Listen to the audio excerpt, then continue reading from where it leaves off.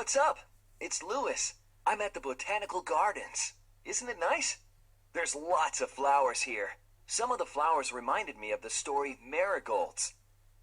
Elizabeth, the protagonist of Marigolds, changed in the story the way a flower starts out as a seed and grows into a full bloom.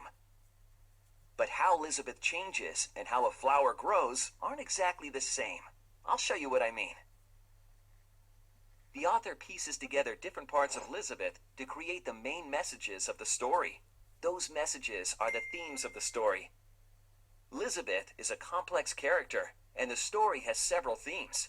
We'll look at one. Piecing together a story's theme is a lot like putting a jigsaw puzzle together.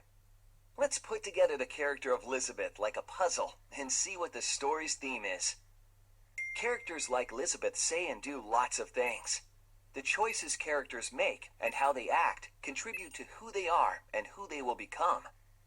Those traits give us a complete picture of the character. That's called characterization. Characterization helps build the story's theme.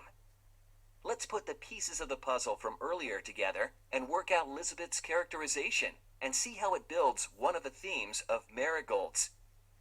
Let's split up characterization into two types, direct and indirect. Direct characterization is what the narrator or another character says about Elizabeth. The story is in the first person, so let's see what Elizabeth says about herself.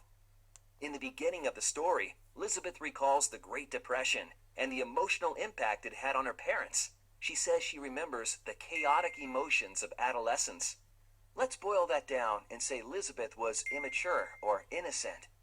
At the end of the story, when Elizabeth realizes the pain she causes Miss Lottie, she says, "This was the beginning of compassion, and one cannot have both compassion and innocence." So, by the end of the story, Elizabeth appears to be compassionate and mature. An indirect characterization would be something that Elizabeth does in the story. At the beginning of the story, Elizabeth throws stones at Miss Lottie's flowers, taunting and teasing the woman who boils with rage. Elizabeth thinks what she is doing is fun. That goes along with immature and innocent. At the end of the story, in a fit of rage, Elizabeth destroys Lottie's marigold garden, but quickly regrets her actions.